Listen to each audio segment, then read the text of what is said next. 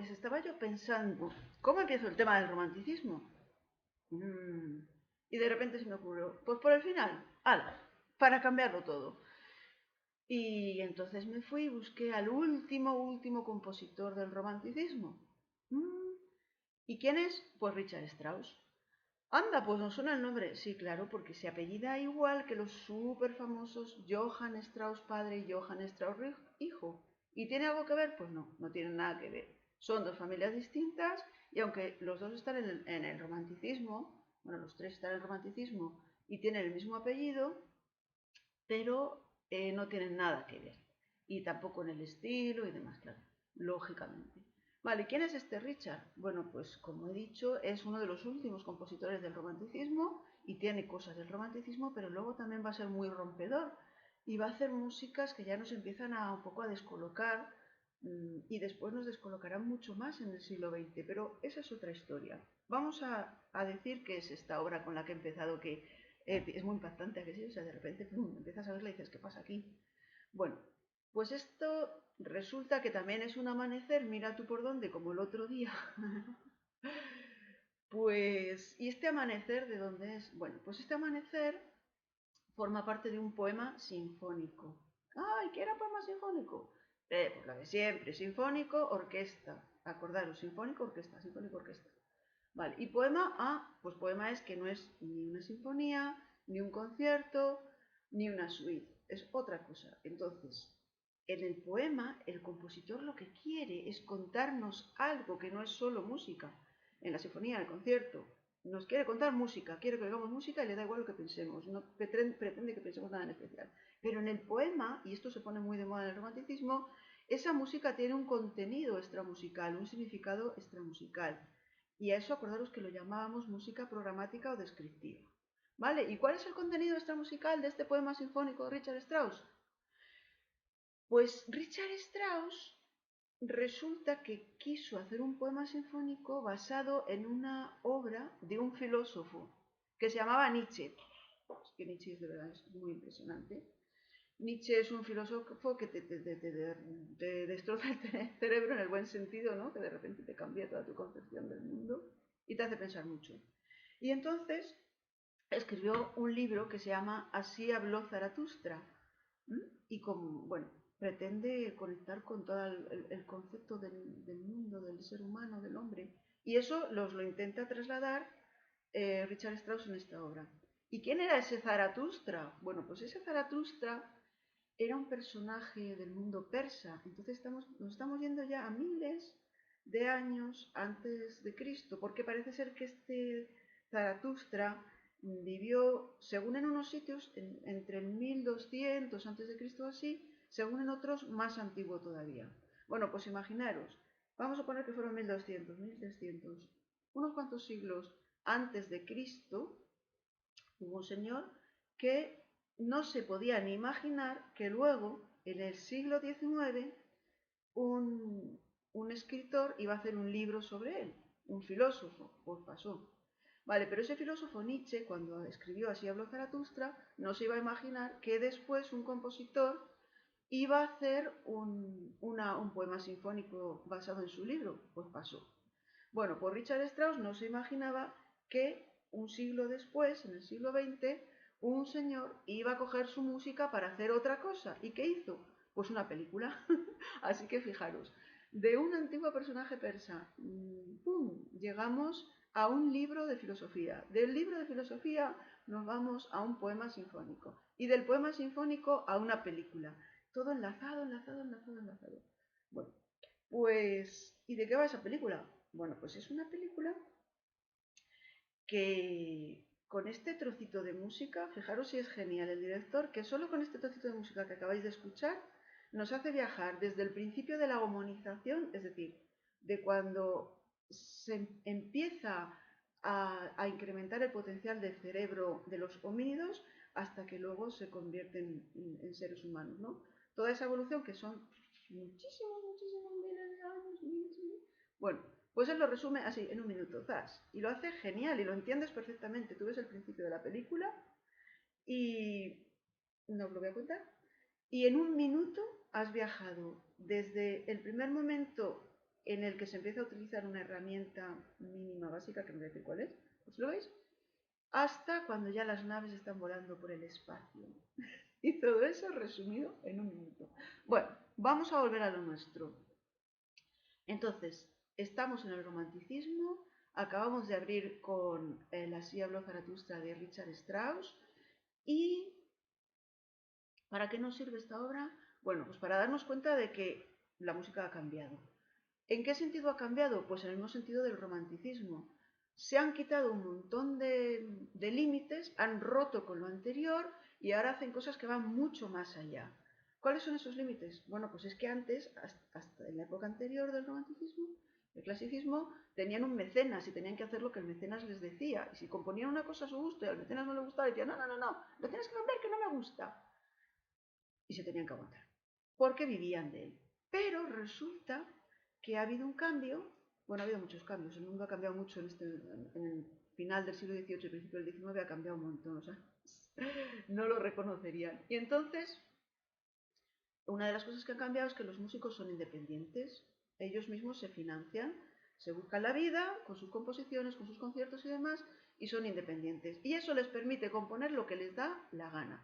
Y entonces es normal que se explayen, porque tú imagínate que los músicos llevaran siglos ahí atados y de repente les sueltan, pueden hacer lo que quieren, pues van a por todas. Y eso es lo que hicieron los románticos, ir a por todas. Y dijeron, ahora vamos a llevar las cosas a extremos de intensidad, extremos de expresión, porque nos da la gana. Y está muy bien porque conseguían hacernos emocionarnos, sentir profundamente.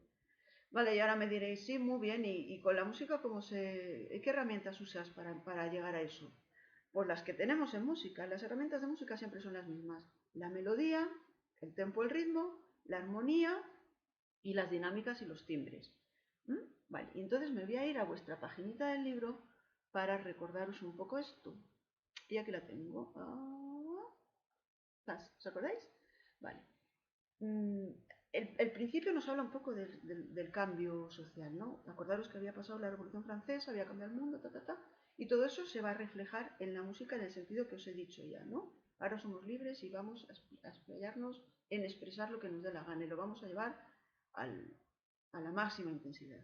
Vale, pero estábamos en cómo se usa la música para conseguir eso.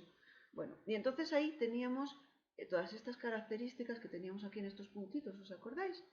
Que es lo que he dicho de la melodía, la armonía, el ritmo, el tempo. Vale.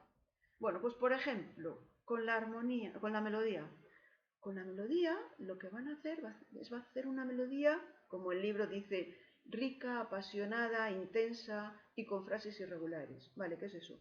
Bueno, pues eso es enriquecer la melodía, ¿qué es? Pues que ellos pensaban, esas melodías de los clásicos estaban muy bien, muy bonitas, muy fáciles de entender, pero queremos hacer algo más complejo, en distintos sentidos. Por ejemplo, en vez de ser una melodía tan evidente que la puedes cantar más o menos o reproducir fácilmente, más o menos, que es fácil de recordar, vamos a hacer algo un poco más complicado. Y entonces nos encontramos ahí, por ejemplo, en las obras de piano de Liszt, unas melodías complicadísimas con muchísimas notas a toda velocidad que nos pegan una paliza en el cerebro, ¿no? En el buen sentido, claro. Entonces están llenas de cosas, pero llenas de cosas expresivas, intensas, que le dan a la melodía mucha más vitalidad, ¿no? Por decir así un poco. Entonces, eso es una de las opciones, ¿no? Hacer melodías más largas, con muchas más notas, con una velocidad impresionante, pero hay otra opción, para darle intensidad justo el extremo contrario, hacer una melodía que parece que va muy lenta, muy lenta, muy lenta, con notas infinitas, notas que parece que no se van a acabar nunca y que nos empiezan a cargar de emoción y de tensión y de angustia. Entonces es otra forma de jugar con la melodía, ¿vale? Pero la cuestión es que de aquellas melodías del clasicismo que las veíamos fáciles, tan simétricas y demás, nos vamos a unas melodías mucho más complicadas, mucho más extremas, en un sentido o en el otro. Vale, pues para ver lo de la melodía, por cierto, aquí en la hoja del libro, acordaros, teníamos abajo los compositores, y este último, le veis, es Richard Strauss, es con el que hemos empezado la música, ¿vale? Para que os acordéis. Bueno, pero vamos a lo de la melodía. Para ver lo de la melodía, he elegido un trocito de música, ¿vale? Y voy a bajar esto porque no quiero que veáis una cosa porque va a ser la pregunta. Ahora lo preparo. Bueno, yo ahí lo tengo, ¿vale? Y entonces, ahora os lo enseño hasta donde yo quiero. Ahí, vale. ¿Para qué voy a usar esta obra? Bueno, pues quiero que aquí os fijéis en qué melodía está haciendo, ¿vale? Que la intentéis reconocer y os deis cuenta de que es la melodía del tipo que he hablado en el segundo lugar. Notas muy largas, muy largas, muy largas, que es muy difícil, es difícil de identificar la melodía, ¿no? Porque es más como una atmósfera, pero está ahí la melodía. Y esas notas largas, largas, largas, largas, en este caso, nos generan unos sentimientos de mucha emoción, de un poquito de angustia, de muy profundo. Bueno, entonces, ¿esta obra cuál es? Bueno, pues os voy a decir el título de la obra, pero vosotros tenéis que buscar dos cosas. Uno, el autor y dos, ¿para qué película se utilizó esta música? Y eso es lo que me tenéis que mandar al correo, ¿vale? Repito, autor y título de la película para la que se usó esta música. La obra en sí se titula, es la Sinfonía número 5, Adagietto, ¿vale? Con G y con dos T's. Sinfonía número 5, Adagietto. Y con ese título tenéis que encontrarla. Y cuando la encontréis me lo mandáis. El autor está y la película para la que se usó es... ¿Vale? Bueno, pues vamos a escucharla y os recuerdo que os tenéis que meter ahí en intentar captar esa emoción, ¿no? Como con notas muy largas, se consigue generar un sentimiento tenso.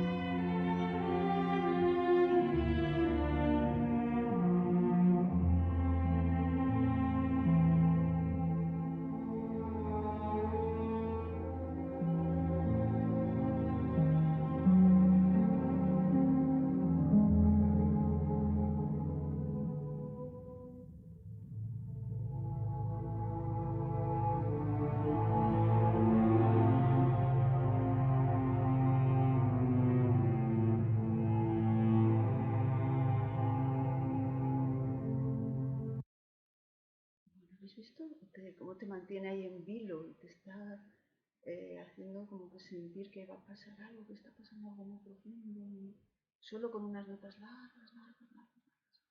Vale, eso era uno de los aspectos de la melodía.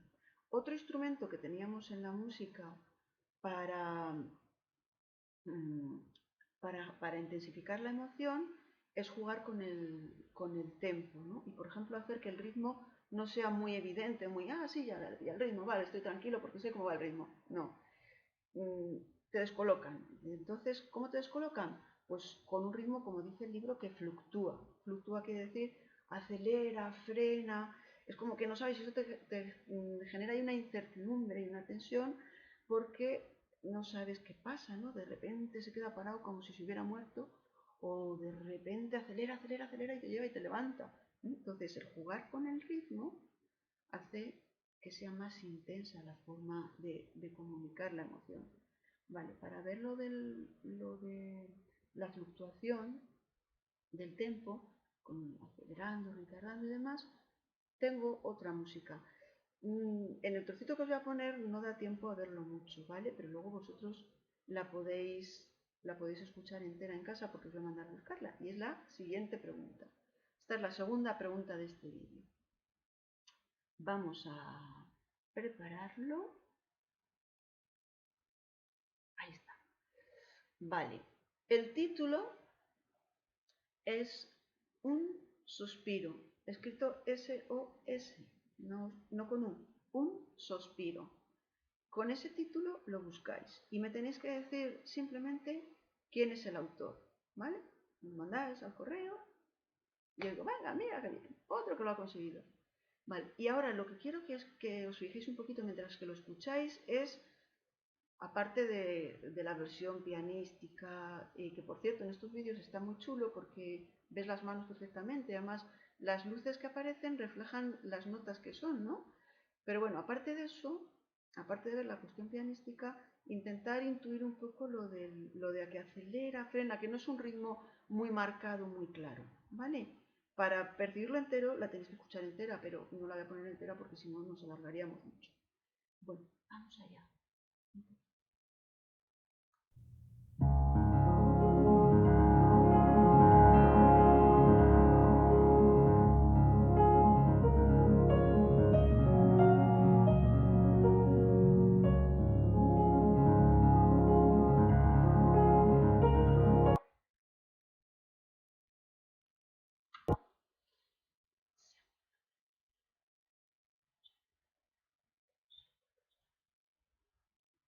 Soy internet, mejor va el vídeo.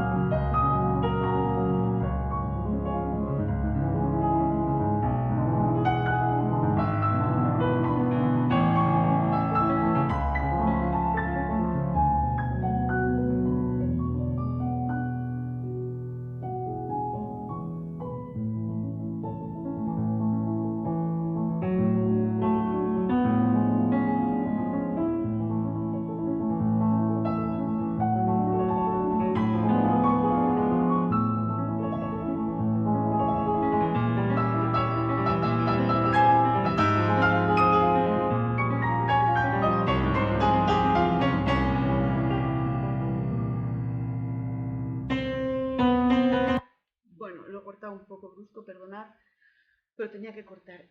Se han visto, en ese trocito que hemos puesto, a pesar del fallo de internet, se han visto algunas de las cosas que os he dicho. Se ha visto, por ejemplo, que de repente parece que como acelera un poco, que frena, que sujeta, que fluctúa el ritmo. También ha salido otra cosa que todavía no he explicado, que voy a explicar justo ahora, y son los cambios de tonalidad. De repente parece que ha cambiado algo y no sabes el qué. Suena como de otra forma, ¿no? Es como si hubiera ido a otro sonido.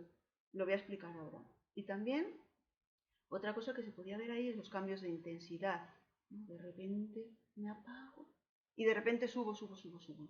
¿Vale? Pues todo eso, jugar con todo eso, yendo más allá con ello, es lo que caracteriza al romanticismo, ¿vale? Y eso en el clasicismo no lo llevaban tan evidente o hasta ese extremo. Estaban como más contenidos. Vale, voy a explicar lo de la melodía, perdón, lo de la armonía. Vuestro libro os dice que la forma de usar la armonía es una armonía rica, variada, es decir, utiliza más combinaciones de acordes, acordes más complicados y modulaciones. ¿Vale? ¿Qué son las modulaciones? Pues eso lo voy a contar con el piano. Le he dado la vuelta. Aquí le tengo. Voy a poner a ver si me veis, ¿vale? Vamos a ver. Bajo un poquito esto para que veáis las teclas. No se va a ver un poco lo que toco, pero bueno, nos hacemos una idea. Lo explico. Las modulaciones. A ver, las modulaciones, para explicar esto tenemos que imaginarnos que vamos en un planeta por el universo, ¿vale? Un planeta musical. Ese planeta musical es mi planeta, yo estoy acostumbrada a él y sé cómo suenan allí las cosas. Entonces, por ejemplo, yo tengo mi planeta musical, se llama La bemol mayor, que sería este.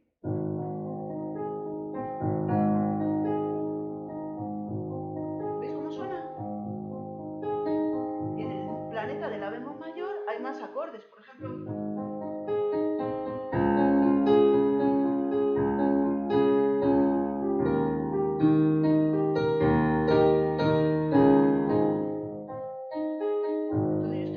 A esos sonidos porque son los sonidos del planeta de La bemol mayor, que es en el que yo vivo, y voy viajando montada en él por el universo. Incluso me puedo inventar una canción.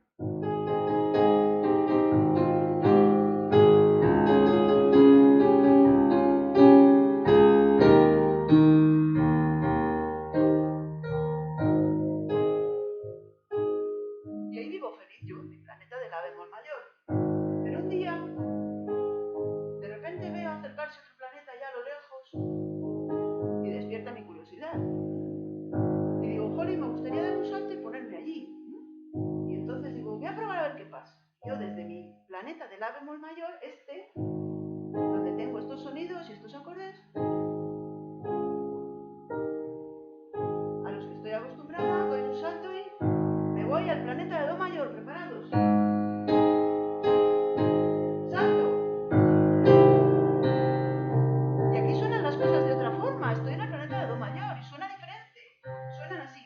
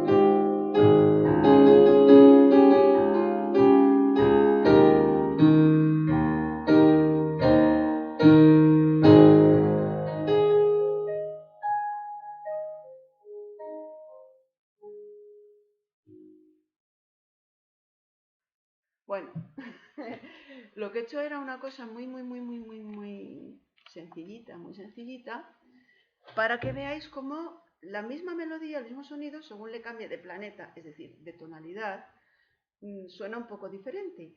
Se llama transportarlo, porque es como si nos transportáramos, ¿no?, de un planeta a otro, y entonces al transportarnos cambia, es distinto, es lo mismo pero es distinto. Yo lo he hecho de un salto, ¡zas! O sea, me iba de un planeta a otro.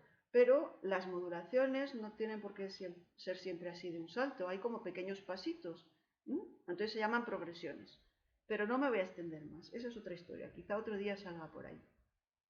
Vale, hemos explicado cómo con más modulaciones, los músicos románticos, más modulaciones a lo largo de la obra, es decir, cambios de tonalidad, es decir, de un planeta a otro, con distintos sonidos, consiguen también cargar más la emoción, ¿no?, hacernos llegarnos más dentro. Y lo que me queda por hacer ahora va a ser el otro aspecto, el del timbre y la dinámica. Bueno, ¿en qué notamos lo del timbre? Pues lo del timbre es que usan más instrumentos diferentes y les dan más protagonismo a instrumentos que a lo mejor en épocas anteriores no tenían tanto protagonismo. Por ejemplo, la trompa en la orquesta, por poner un ejemplo. O meten instrumentos o elementos nuevos en la orquesta. La percusión va a aumentar muchísimo, pero eso es otro tema que vendrá después. En el ejemplo que os voy a poner, y que también tiene una pregunta, ya la última, hacen una cosa muy curiosa, y es que meten un yunque en la orquesta. Esta parte es de una ópera, ¿vale? Y no os digo qué ópera es ni el autor, porque eso es lo que tenéis que buscar vosotros. Yo os voy a decir el trocito de este coro, porque es un coro con orquesta, y vosotros tenéis que buscar quién es el autor y de qué obra es, ¿vale? Bueno, pues vais a ver que además de que hay muchas voces, muchos instrumentos, y bueno, y se consigue un efecto tímbrico nuevo, más incrementado, pues además de eso han metido un yunque y encaja el yunque ahí perfectamente. Por supuesto tiene que ver con el sentido de la obra, ¿no?, con el contexto en el que está, de lo que están contando, de esos personajes, lo que hacen y tal, pero no os lo voy a contar, ahora no. Así que vamos a escucharlo y acordaros. Ah, bueno, os digo, se titula El coro del yunque, ¿vale? Para que lo busquéis, el coro del yunque, el yunque de dar pa, pa, pa, con el martillo para el hierro. Ese yunque. Vamos a ver.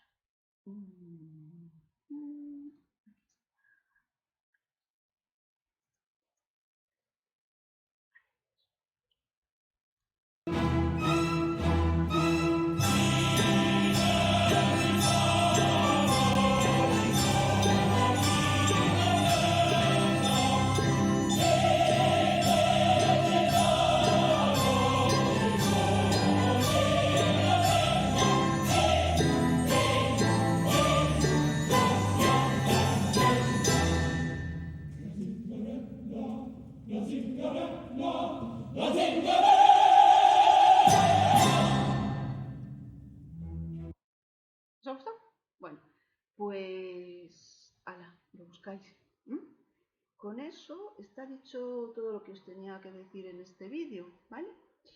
Así que lo que voy a hacer ahora va a ser preparar mi despedida de hoy, ¿vale? Acordaros, el romanticismo, rompemos con la época anterior, rompemos moldes, salimos, nos dejamos llevar de las emociones y lo transformamos a través de los elementos de la música en arte, ¿vale? Llevando mucho más allá los elementos, la forma de usar los elementos musicales, melodía, armonía, tempo, ritmo, dinámicas y timbres, ¿vale? Acordaros de mandarme las respuestas de las preguntas al correo, no las pongáis en los comentarios del vídeo, porque entonces ya los demás lo saben, ¿no? Bueno, venga, que espero que os haya gustado. Y ahora tengo una sorpresita para el final, ¿vale? Y voy a preparar la sorpresita un segundo, que es que lo tengo que esconder para que no lo veas. Bueno, vamos. Vale, le voy a dar le voy a dar a la música que tengo para el final. Por favor, que funcione. Venga, ahí está, vale. Y os cuento En esta música no os voy a decir ni cuál es, ni os voy a poner ninguna pregunta. Os lo digo en el próximo vídeo, porque como es de una ópera, de un compositor romántico, pues en el vídeo de la ópera ya os lo recordamos y os lo cuento. Así que con esto me despido. Pero una cosa, me ha ayudado mi hija me ha ayudado a preparar esto. Entonces, pues le quiero dar las gracias, ¿vale? Así que, Sarita, muchas gracias por haber preparado a Barbie. Ya lo veis.